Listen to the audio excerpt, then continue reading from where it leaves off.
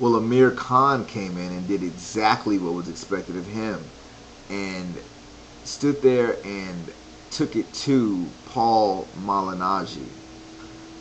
Taking nothing away from Paulie, Paulie's a solid fighter, but I didn't really see that there was any way he was going to beat Amir in the first place. Sure, he's a fast fighter, but Paulie doesn't have any type of. He couldn't reach. Khan, and couldn't deal with Khan's power. It was a beating. It was really a beating, and it was really a fight, I feel, to make Khan look good. Like, don't get me wrong, I'm not taking anything away from Khan. He's a brilliant fighter, but they kind of ignored who I feel was supposed to be the opponent that Khan should have took on, which was Maidana. And it's unfortunate that back injury, or whatever, is the reason that Maidana had to withdraw from the fight with Timothy Bradley. Because maybe things will fall in line to where Khan's next bout may be against Maidana. Because I mean, they can't avoid that fight forever, man. I mean, they're guiding him away from power punchers because they know that his chin is very suspect, and they're trying to be careful about how they blossom him into a money making fighter. The next Ricky Hatton, probably, I guess, to try to, in a sense of, I mean, trying to attract British fans. Not to say they fight the same or they're the same in any other way, but they do have a British fan base. So yeah, hopefully we'll get that fight with Maidana next. And truthfully, I think Khan should beat Maidana anyway. Like, I feel Khan is better than Maidana, but Maidana is good, make no mistake, and he could get in there and land that power shot.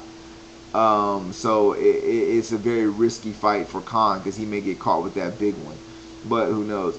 And speaking of him having to pull out of the Bradley fight, I hope that sets up Devon Alexander and Timothy Bradley, because I feel that's the fight that is really to make at that weight class. And I mean, they're the top two of the weight class. Why not make it happen? I know, they may try to milk it like Aram said he's going to do with Lopez and Gamboa, but and I know those are two different promotions, but it's basically the same thing. I mean, come on, man. I mean, there's no other reason than to make that fight right now between Bradley and Alexander.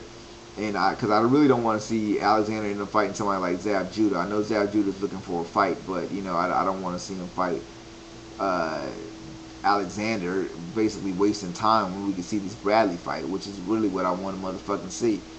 But anyway, yeah, Khan went in there and did what he was supposed to do, and Malignaggi did what he was supposed to do, which was play the crash test dummy, and he got handed. And like I said, taking nothing away from him, because he got in there and fought. He had heart. He did have definite heart, but he just it was a mismatch. He was not put in there to win, basically, and that's just what it is. But in the same sense, I feel with Victor Ortiz and Nate Campbell. Nate Campbell is a good name, you know what I mean? Just like Malignaggi is a good name, you know what I mean? This is a good opponent, but really, this is not a threatful opponent. He's not any, he has a chance, but he's not really, he should not beat you, you know what I mean? So Ortiz went in there and took it to Nate Campbell, man, and Nate Campbell really looked his age in there. I feel bad, is 38 the new age, or should it be 36 now, the cutoff time,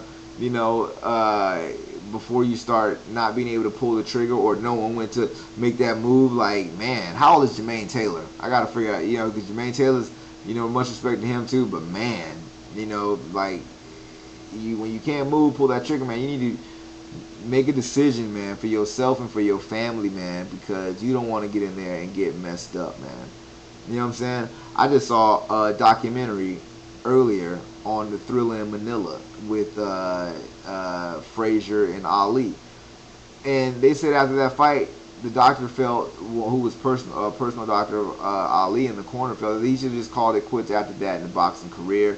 You know, he was urinating blood and things of that nature. And you think, man, you continue to put your body through that, you know, and you continue to go out there and let yourself be beat on like that when you know you don't have it, just for what is the thrill of the money, man. You know, that I feel is terrible. Like right now, all those great fights, and I'm not sitting here saying that Joe Frazier don't have no money, but on the documentary they showed him living in an apartment above his gym. You know what I mean? Like very humble means. Like you wouldn't think this man, you know, who've been in such massive fights, one of the best people, and that shows you what, you know, how soon people forget, man, what you do, man. That's why I'm much respect to fighters in general and boxers and stuff like that. But yeah, man. So to Nate Campbell, man, you may want to think about, you know, I know you had that, you know, no contest with Timothy Bradley, but you know, man, that won't happen again. You know what I mean? That type of thing may not happen. It didn't look like it'll happen again for you, especially the way you looked over Victor Ortiz. So yeah, there was a fair fight night on HBO. So let's see what happens next. I think we got Cotto next, I believe. Yeah, I have to check the schedules, man. I think that, but Showtime's putting on a couple fights too. I had to see what they got. But anyway, this is Invincible Alma. Peace.